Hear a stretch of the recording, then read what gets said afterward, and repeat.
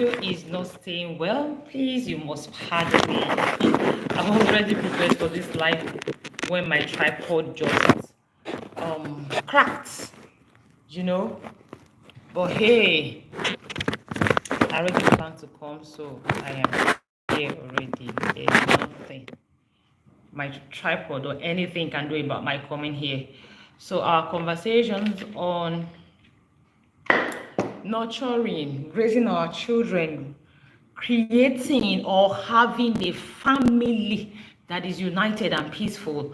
Our conversation continues. You know, tripod cracking, tripod breaking. See the thing now, it just broke off. The part that broke off where I'm supposed to hold my phone. So tripod breaking, cracking, or anything is not going to stop our conversations from going on, because you see, at the end of the day, we must raise children who are united. At the end of the day, we must raise children who are happy, not children who will call us once in a long while because duty, because obligation, because we are their parents. No, children who genuinely care about us, who call us because, yes, they call us because they love us. They call us because they want to hear from us. They call us because, yes, we are important to them. That is what we want to do. Very many parents, very many children, I know. You know, I remember one time I was talking to someone and she said to me that her husband cannot go a day without calling the mom and the siblings. It's not possible. Every single day the husband must call the mom and the siblings. The husband doesn't have a father. And she said she can go months without calling her parents.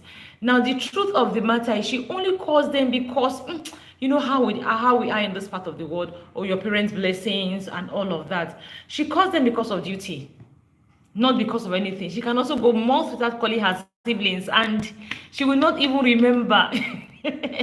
We don't want such a situation in our families. And one of the things I always say is, parents just expect, we say, oh, blood is thicker than water. We just expect our children to be united, our children to bond. We expect our children to be able to, we expect that we're able to influence our children. They should be able to we should just have this connection because we are related by blood. No. Some people are lucky, yes, because they are related by blood. Okay, their children come around, the children feel that they are lucky. They just have children who feel connected by blood, you know, who will do everything to keep that connection. But some people are not so lucky. You know, if you look at families, you realize that, for example, my maternal family, it was one of my aunties, you know, when she was alive, that actually kept the family united.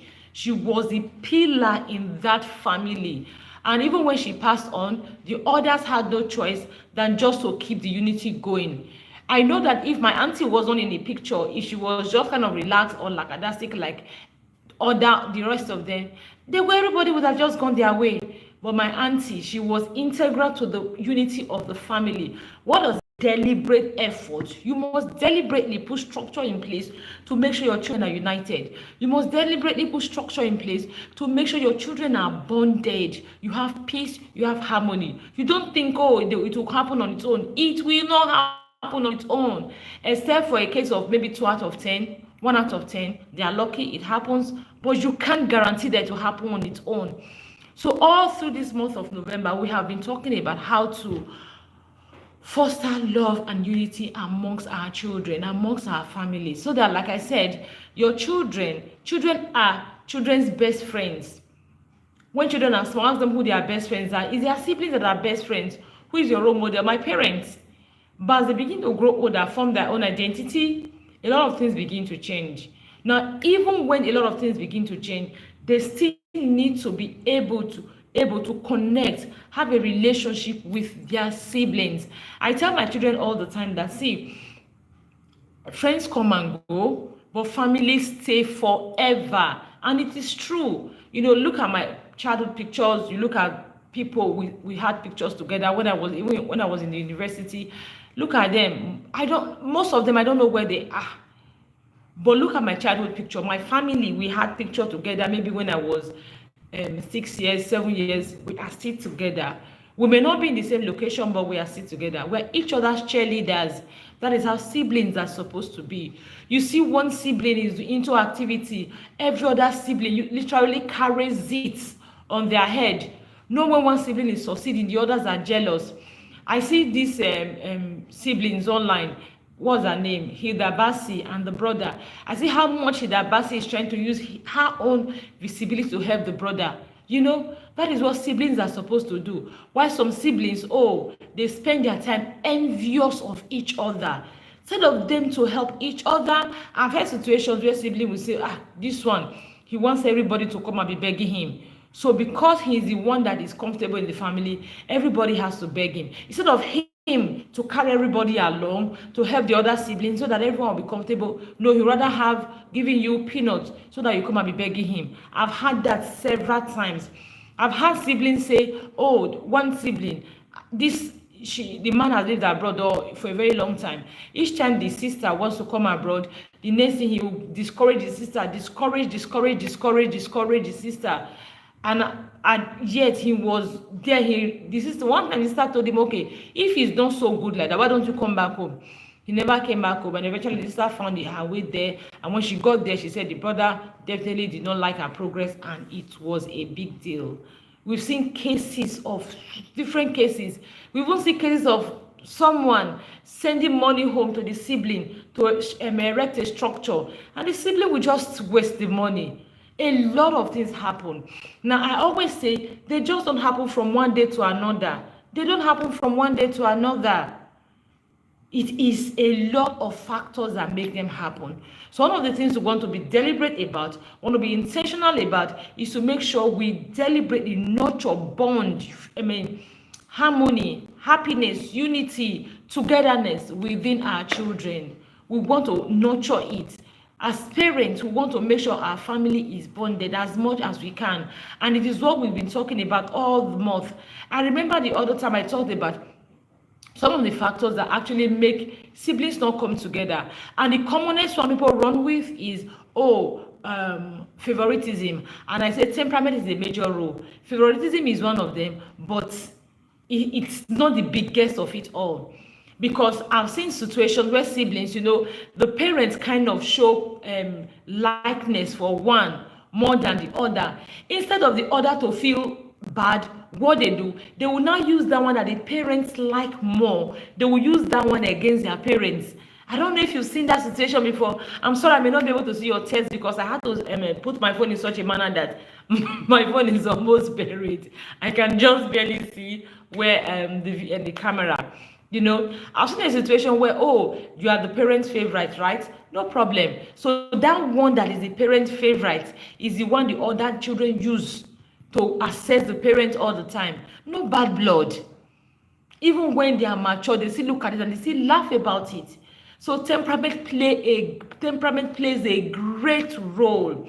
Another major thing that plays a great role is if your home is constantly heated up. I've talked about this over and over again. When your home is constantly heated up, your children do not have time to be friends. They don't have time to be friends. They don't have time to play. They don't have time to make love. Like when I talk about make love, I mean, they don't have time for that. What they have time for is everybody is literally on eggshell. Everybody is afraid. Everybody wants to say, no, it's not me. So when your home is constantly heated up, whether as parents you are always fighting each other, or you have a maid, you are always nagging, yelling at, or at your children, you're always nagging and yelling at them, know that it is not going to nurture. You are not nurturing an atmosphere for peace and unity. Everybody is looking for where to go and stay peacefully, because the very next thing is there's a fault somewhere. The very next thing, someone is going to receive a knock on their head. The very next thing, we are going to hear my dad's reaction.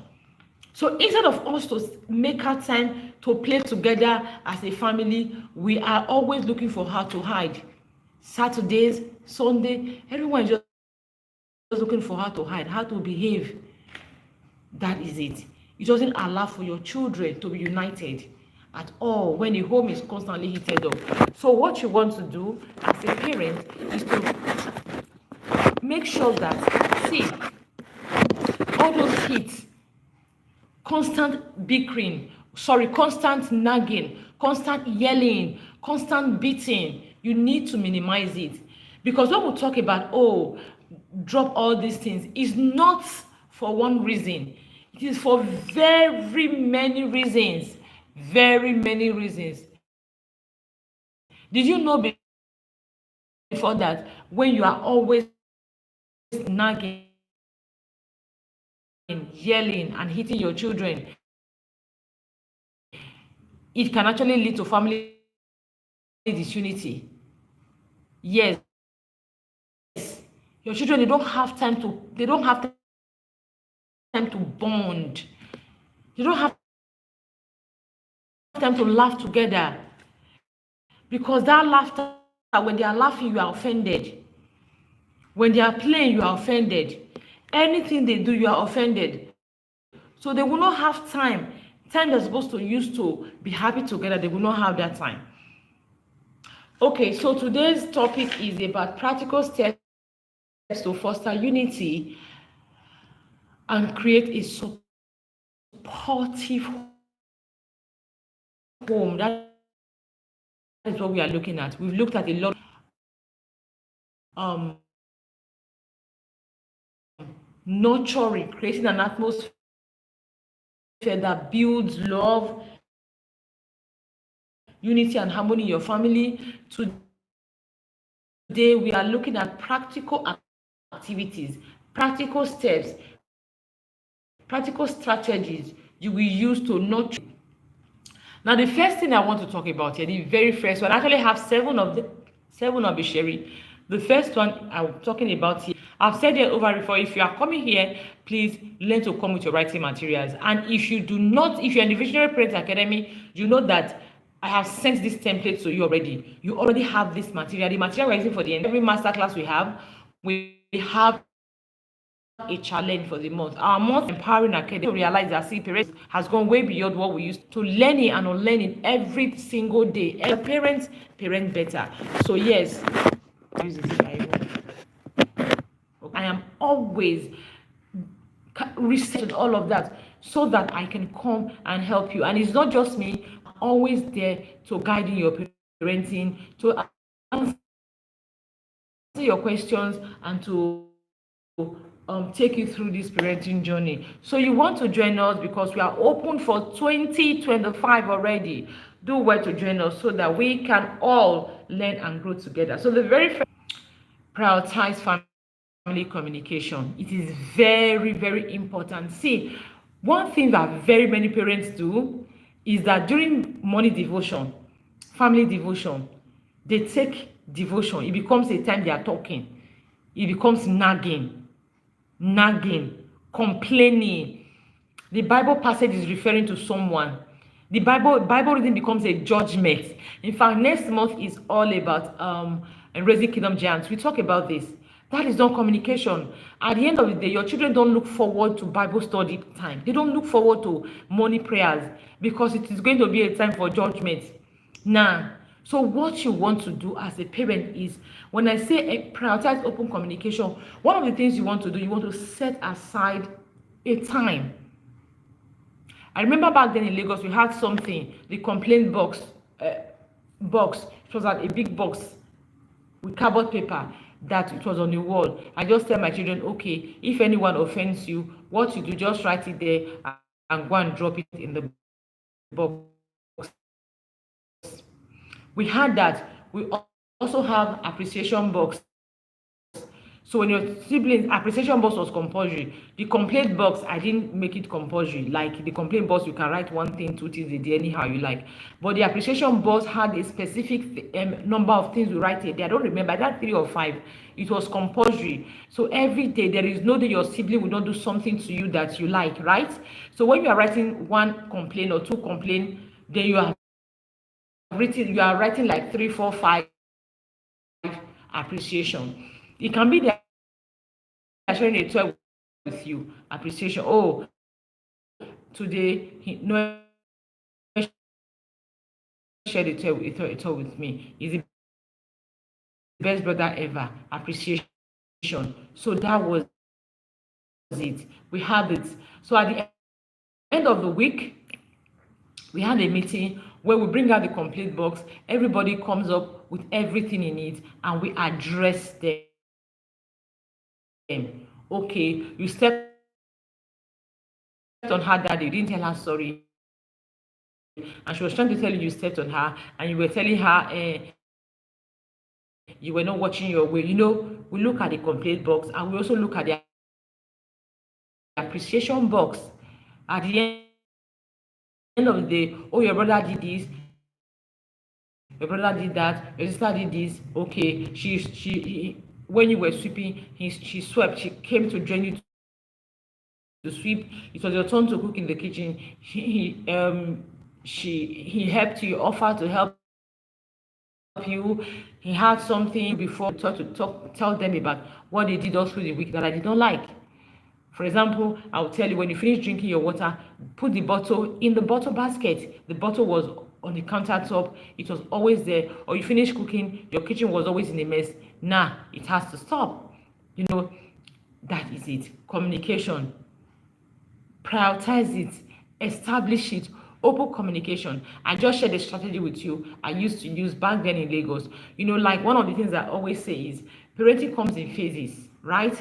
Your children, when they're in a particular age, you do something. Like one of the things I used to do back then is when they were much younger, they used to bicker over items. Who uses the remote control first? And who holds the remote control? Who sits on a particular chair? Who uses this plate? We had to draw a roster to take turns. Okay, sorry about that. So I had to draw a roster for a lot of the things they used to do back then. So, but as they grew past that age, because that was that age, I needed them to understand boundaries, understand to say ask politely. For example, you are using my item, you need to come and ask politely. You want to take my turn, you need to ask politely. I needed them to understand boundary at that small age. Now they've grown past that age, it is no longer a boundary again. Now I'm teaching them to share. They need to be tolerant, they need to be patient, they need to share, and of course they still need to be polite. So they've passed that stage already. They're in the next stage where I don't have to draw roster for everything. Why they have their own to-do list. They can wake up and create their own to-do list. They know what they are supposed to. Network. Network threw me out, and I saw that my list was dry. So let me quickly roll this. And that was when network needed to come back. Okay, so let's go. So they've passed that phase already, and they're now in the phase where they are learning more. They're learning how to be patient, to be tolerant, to share, and a lot of all of that. So they are no longer in that phase. So I don't remember. Network has just scattered my line of thought. I don't remember what I was talking about before this network issue. Okay, so let's go on. So I was talking about communication. I said you need to set aside a day where your children will be able to talk to you. Everybody can express themselves, talk about what they don't like, what they like, and all of that. Now, setting aside a day doesn't mean that.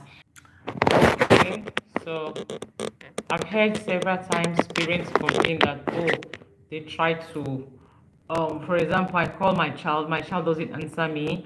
I'm sending my child on an errand, my child doesn't answer me, and I say, okay, your child should always be able to talk to you about how they feel. It is super important. Everything doesn't have to be by force. Your child should be able to say, you should be able to tell your child, okay, do XYZ, and your child tells you, oh, mom, give me a second, I'll do it. And they tell you why. Those small flexibility, those small slack you cut your child, it makes it easy for them to always actually talk to you, open up to you. Everything is not forcing all of the time. You are always forcing. So the fact that you have an established time for communication, or established pattern of communication, doesn't mean your child cannot talk to you. Your child can walk up to you anytime and tell you how they feel or what they want you to know about. So the first one is prioritize family communication. Make sure your kids are able to talk to you. They are able to talk to each other. Even when they have offended each other, they are able to talk about it, talk to each other. It is super important. The next one is celebrate individual strengths and differences. Now, this is very important because this is where outsiders come in. One of the reasons that cause your children to rival, cause envy, cause all sorts of manners, may not even be what is happening in the family, maybe outsiders. We've seen this a lot. Your sister came first, you are coming seventh, olodo. The child begins to say, my sister, okay, ma, I'm being called olodo because of my sister. Because one of the things that happen in comparison is not that it doesn't motivate. Maybe it looks as if it's motivating on the surface, but like I shared on Facebook the other day, it is breeding monsters, evil witches. So your child begins to say, okay, it is my sister that is making them call me olodo. If my sister was not in the picture, would they call me olodo? That is it. Or hear people say, oh, your sister is fine, or your sister is finer than you, or your brother is finer than you, or your brother. Constant outsiders. So what you want to do as a parent, even if outsiders don't point it out, sometimes we just have it. Human beings, sometimes we feel we are not enough. If we see people doing so well, some of us will feel intimidated, some will feel envious, and some of us will feel inspired. If we have someone who is constantly doing very well, especially if the person is now maybe younger than you, it is normal, or you are within the same age bracket. It is normal to feel intimidated. I see what my mates are doing. If the person is older than you, okay, you can give an excuse. Because he's older than he knows more. But once the person is younger than you, there is every tendency for you to feel intimidated, like, what is happening? I'm not smart enough for something. So here is it. This is why you need to celebrate your children. Everyone is not the same. One thing I say to parents is that, see, if you look at your child very well, you will see that your child has something unique. You can have 3 children like I do. You have the one that is very book smart. You have the one that may not be book smart, but he is very techy. You have the one that may not be very techy, he can sing very well. You have the one that can run very well. There is always something about them. Always something. So while you are celebrating the one that is book smart, you are celebrating the one that can draw very well, the one that can run very well. You are celebrating them. While the one that is book smart has an avenue to fly, you help the other one that is smart in other area. Look for a way to also excel. That way, no one is envious of each other. Then one thing again, you need to always let your children know that everyone is not the same. Everyone is not the same. Make them rely on each other. I think I have that point here. I'll talk about it. Let me explain to you how you can make them rely on each other. For example, the one that is book smart can serve as, should I say, a mentor or a coach to the one that is not so book smart. So when the one that is book smart, when the other one has struggles, they can just go to the sibling to ask, even if the sibling is younger. While the other one, on the other hand, when the other one that is book smart also doesn't have the strength the other one has, he or she can also go to the other sibling and ask for help. Because you have structured what their smartness, you have structured it into their family, into your family system. Let me give you a practical example. I have a child who draws, who knows how to draw. So what I want to do is, for example, his grandpa's birthday is coming. Create something for him. So if they are creating something for him, they are going to work as a team. So the one who is book smart is going to rely on the one who can draw to create something for him. At the end of the day, they are relying on each other. The other one feels okay. They don't feel, I'm not good for anything. Because if you want to look at it, in this part of the world, book smartness is the one that gets 100 over 100. It's the one that will think, he's more intelligent and all of that. But at the end of the day, they are not necessarily the ones that are most intelligent. It's just that our environment pays more attention to their area of smartness. So you are talking about luck. They are lucky. They are lucky that the environment pays more attention to their areas of smartness. Now, if they were in a different environment where attention is paid to the other siblings' areas of smartness, what do you think will happen? They too will feel left out. They will feel they are not good enough. That is just what it is.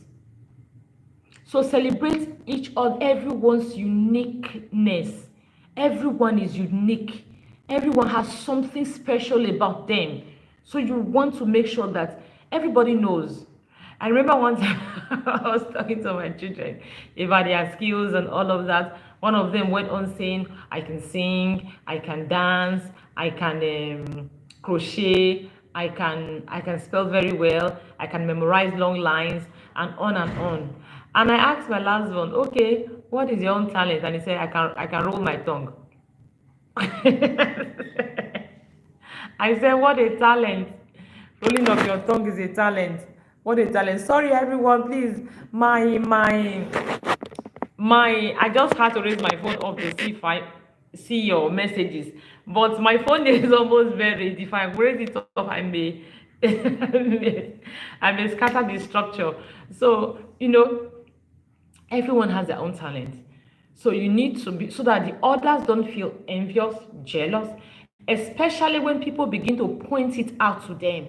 They may not really want to feel that way, but when people begin to point it out to them, when you as a parent begin to compare them, go and see your sister 20/20, see you 5/20. When you begin to point it out to them, they did not see it as an issue. When people outside, even when you don't point it out, people outside will point it out. It is what they are meant for. People outside, that is what they are meant for. So people outside will point it out. So this is why you must teach your children, tell them that everyone is unique. You just don't go and tell them, oh, everyone is unique. You want to actually have them see how unique they are. It's not just saying, oh, you are unique, and now saying, oh, you are unique in this area. Let them actually see how that unique part of them is indeed unique. How the unique part of them will stand them out. If you can create an atmosphere for them where they begin to nurture that thing that makes them unique, go ahead, create the atmosphere for them. Let them begin to nurture that thing that makes them unique. It is very helpful. Number 2, I said celebrate individual strengths and differences. Every child is not the same. We are not even pretending about it. Another number 3 is establish shared traditions. You know what this means? Yes, have family traditions. Family traditions are fun. It is why in the Visionary Parents Academy, every weekend we bond. Saturdays or Sundays, we take our time to bond with our children. Not just us as parent bonding, because we have time one-on-one where you can actually bond with a particular child. Now, this is a family system, bonding system. Create memories. Time for play. This time they are playing, genuinely playing. Everybody is playing together as a family. It's not time to judge. It's not time for anything. It's just time for everyone to play together. Create those time when the siblings, when they remember something, when they sit down, they think back, they remember how they play with their siblings. When they are away from the home, they miss those times. Now, let's say you have a family tradition of, okay, 4 p.m. you do XYZ. Then when your children leave the house, they're in the university, right? 4 p.m., what do you think will happen? Their mind will go back home. Oh, by this time, in my family, we used to do this, we used to do that, we used to do that. Now, if it is consistent, what do you think will happen? Oh, they will so miss it. They will love it. They'll feel nostalgic. They will think about it. They will even want to come home, because it is a shared tradition. It can be a lot of things. A lot of things. It doesn't really mean that someone was saying one time about she had different options that I don't remember the options she had, traveling, doing this, doing that with her children. She had limited money and all of that. I said to her, traveling is not just about, it's not only the way you can bond with your children. Now, you can choose to use your money for something else and create time again to bond. You can even bond over window shopping. You have fun. Look at things. Talk about them. Okay, look at the styles of this clothes, for example. Look at the makers, the people that made them. You come back home, you look at the make. Let's Google, let's learn more about these things. You are bonding, you are learning. It doesn't have to be anything that bonding. Traditions, they don't have to be expensive. It doesn't have to be you take a trip to, what's the name of that place in Lagos back then? I don't remember. You take a trip to that place. It doesn't have to be that. A co-resort, you take a trip there. It doesn't have to be that. You can just bond over any activity. You can sit your children down, do their pedicure for them. Make it a routine. Every month you do pedicure. You scrub my, excuse me, we do pedicure every month. You know, that. It can be every month we bake together. We bake cookies, you know. It can be once in a month we have a fine dining experience where everyone sits, we eat together. It's a proper dinner. We eat together, we smile, we laugh, we have small chat as if we are having a proper dining etiquette. Your children are learning, you are bonding, it's a tradition. Once a month, they look forward to it. You dress proper as if you are going on a dinner date. I'm just talking about this now. I'm just feeling a vibe. I think I should write it down so that I can also include that in my own family tradition. Once a month, we look forward to a family dinner date. It doesn't necessarily mean you have to go out. If you can afford to go out, you go out. But it doesn't mean you have to go out. You stay in your family, you stay in your house, your dining table, you have it set it completely. 3-course meals, put everything down the way they are supposed to be. A beautiful dining experience. Have small chats. Teach your sons how to be gentlemen, your daughter how to be ladies. You know, no matter how young they are, how to have fantastic experiences like that. How to act on the dining table. Once a month, you keep teaching them, teaching them. Imagine if your child, your daughter is 5 years, you are teaching her 5, and she gets into the university by 17 when she's out of the house. That's how many times you taught her for 12 years, right? 12 years, how many more? 12 times 12. That means you've taught her how many times?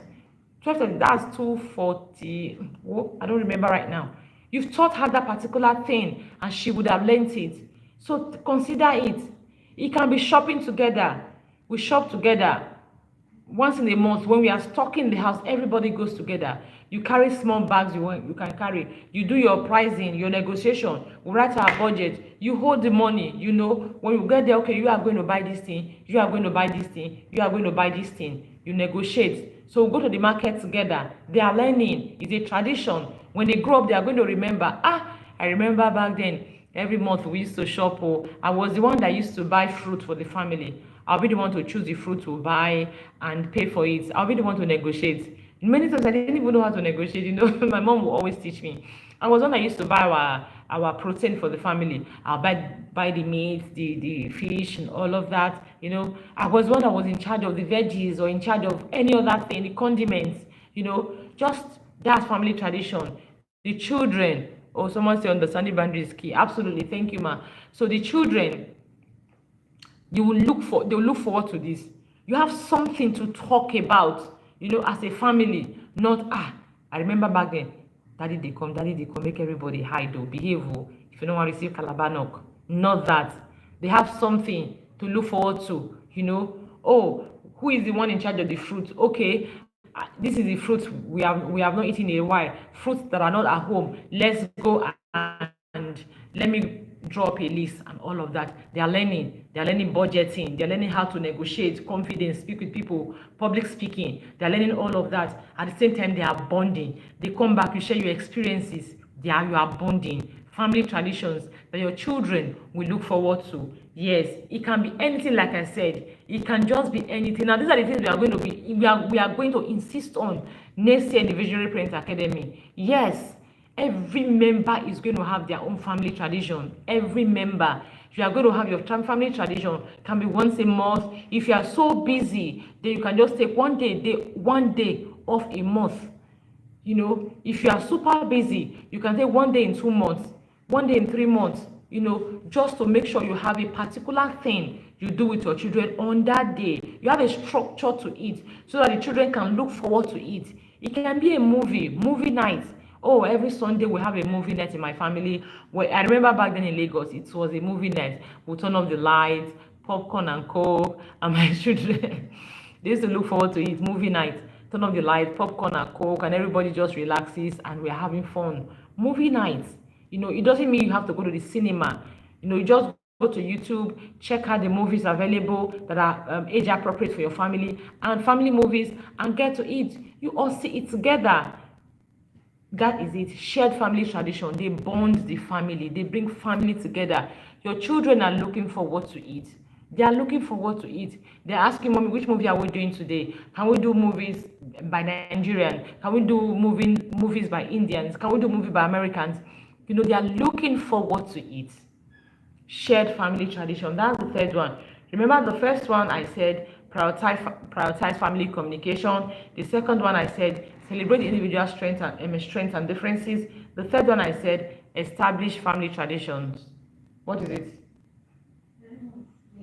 Okay, establish family traditions. The fourth one is model unity through conflict resolution. You need to model unity. I've talked about this before. We'll talk about conflict resolution last week. I said you and your spouse, you are constantly modeling. Your lifestyle is a standard for your child, whether we like it or not. Your lifestyle is a standard for your child tomorrow. Whatever the way you live your life, your child is going to learn from it tomorrow. I've shared this before very many times. I said growing up, I never knew that tomato paste, what we cut in tomatoes, is not compulsory for making stews. I never knew. I thought tomato paste must be made with stew must be made with tomato paste. I carried that in my head from when I was a child.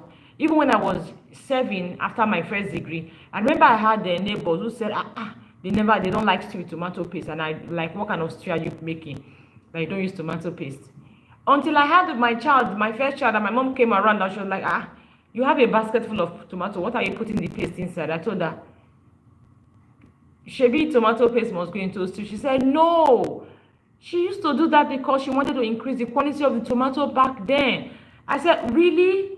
I never knew. I never thought of it. I just thought because everyone around me always used tomato paste. Everyone around me.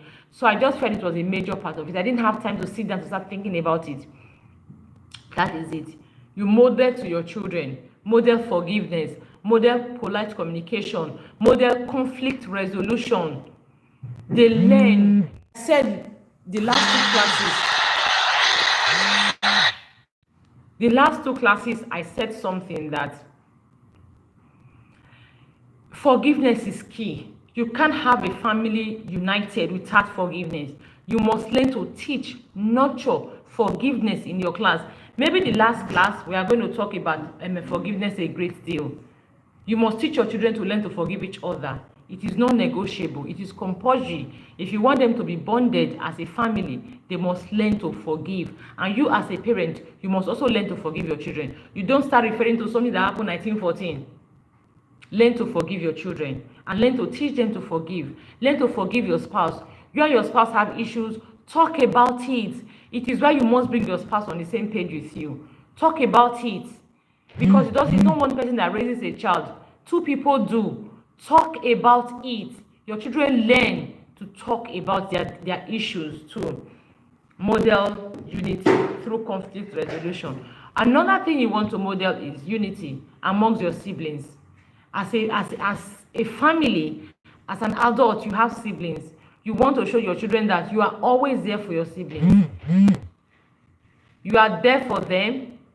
You care about them. You love them. And you want to deliberately model unity amongst your siblings. Okay, number 5, create a family vision and goals. Yes!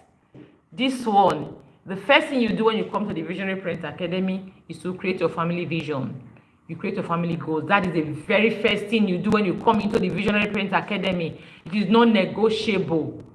Create a family vision. Create family goals. Everyone has a vision. You sit your children down. You actually explain to them what that vision means. What it means to be united. I tell my children that it is not about today. Today is too small. It is about the many years you have ahead of you, especially when you are adults, especially when you are independent. So you want to let your children know this is our vision. United family. We want to have a family. We want to have a family who is united.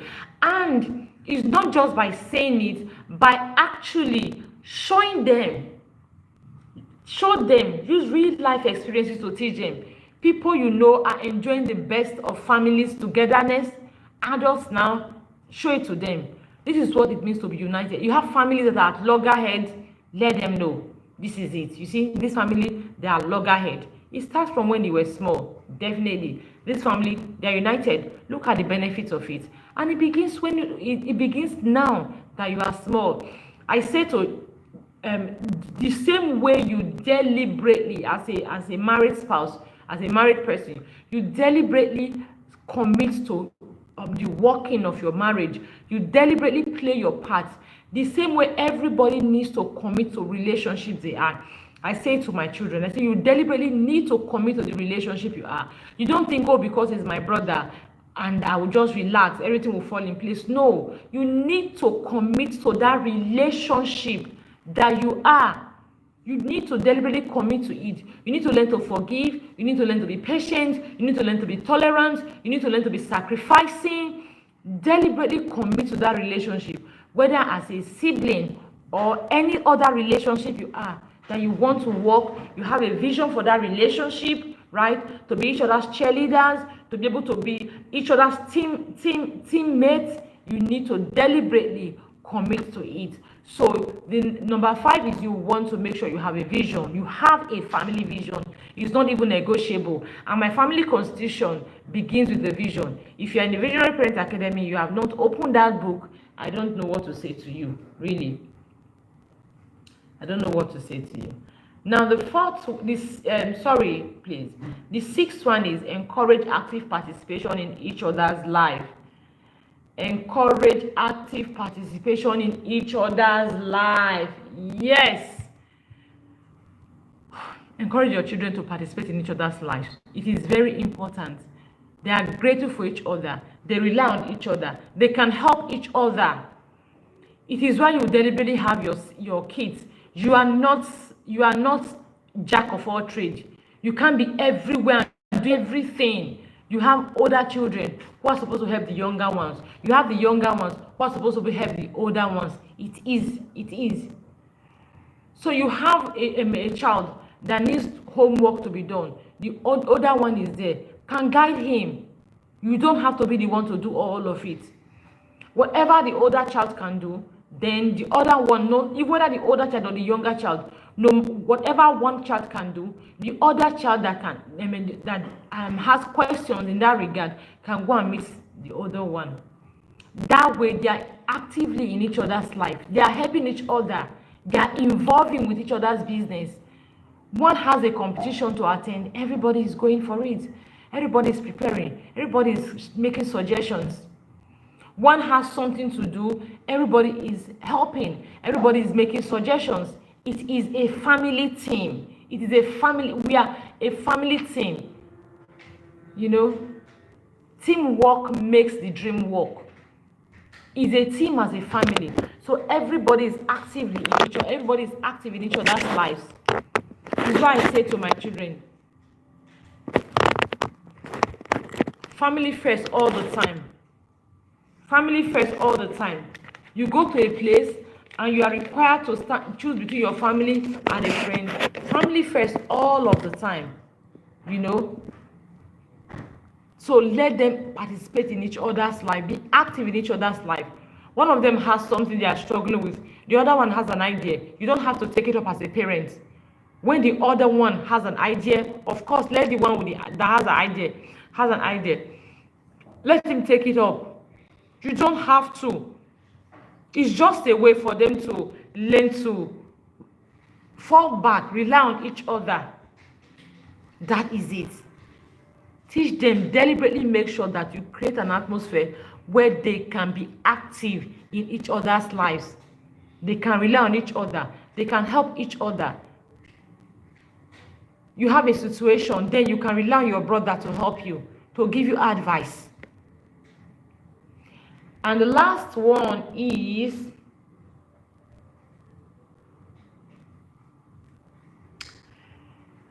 incorporate faith, incorporate shared values. I've talked about this in passive. I talked about vision, having a vision. When you have a vision, you must have values, because values are the ones that will lead you to your vision. Excuse me, that thing is disturbing. Can you please excuse me? Values are the things, values are the ideas, are the choices, are the decisions that will actually lead to your vision. So you have a vision, of course you must have a value. You must have values. So values are the steps that lead to your vision. So what are you going to do? You have created your vision. You create your value, and everyone is subject to your value. Oh yes, there's a video here that will teach you how to teach your values to your children, how to help them internalize your values. It is very important. It is very helpful. When everyone shares the same values towards the same vision, it is easy for everyone to bond. We have shared the same values, the same vision. We are together on this. I believe in this, you believe in this. I believe in forgiveness, you believe in forgiveness. So why are we bearing grudges? I believe in patience, you believe in patience. So our clashes are less. I believe in tolerance, I'm tolerant, you are tolerant. Our clashes are less, right? That is it. So shared values, they are very, very important.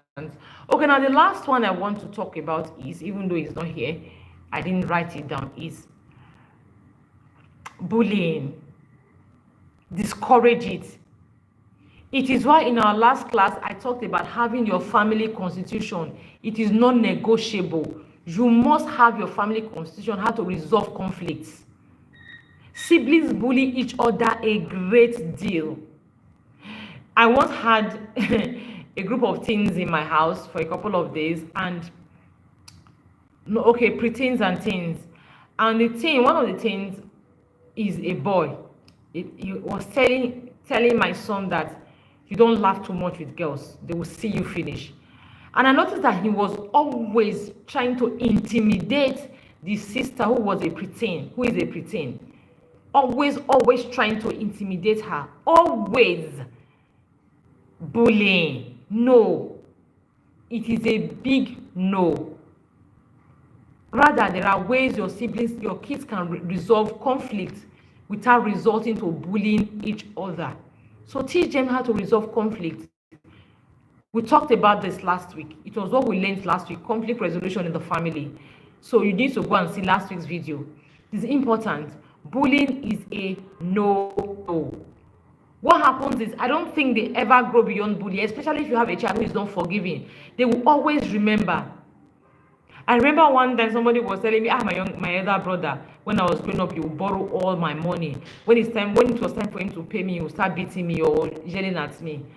Because he always wanted you know how younger brothers, you feel your elder brother is cool, you want his validation, you want his love. So every time he will still give, he will still borrow the brother the same money. The brother will still treat him the same way until he was grown. And when he grew up, that mindset was what he went with. My brother, I beg you. He has always been selfish. He has never cared about me. He has never cared about me at all. You know, we got talking, what do you mean your brother? What my brother has always done. And guess what? Because the brother had always been like that, he was still like that at adulthood. He was still like that. Always coming around when there's something to take, and not necessarily when there is help to render. So at the end of the day, I hope that these 8 points, 8 steps, 8 strategies I've shared with you, you are going to take action. Like I always say to them in the Visionary Parent Academy, if you're not taking action, you are wasting your time. If you don't take action, it's a total waste of time. It's a waste of your time, a waste of my time, a waste of my data, a waste of your data. Yes, I'm supposed to be with my kids right now, doing a fashion parade as one of our bonding activities. But this is what I've signed up to do every Friday, 8 p.m. It is why I said next year, we're not going to be having our life on Fridays again. We're going to be having it maybe on Wednesdays, midweek, so that you can go over the video, digest it, and on Friday we have a conversation around it. That's what we are going to do. While I can also have time to have my children, bond with my children. I can bond with them on Friday, Saturday, and Sunday. The more the merrier. So that you have a lot of memories to run with. So like I said, raising children who love each other, raising children who are bonded, raising children who live in harmony, who live in peace. It is not just mere wishing. No, you just don't wish it. You work. You are intentional about it. Just as you are intentional about other things, you are also intentional about raising children who will love each other from now till they are old. Someone asked in the Facebook group yesterday or there about that my children are always bickering.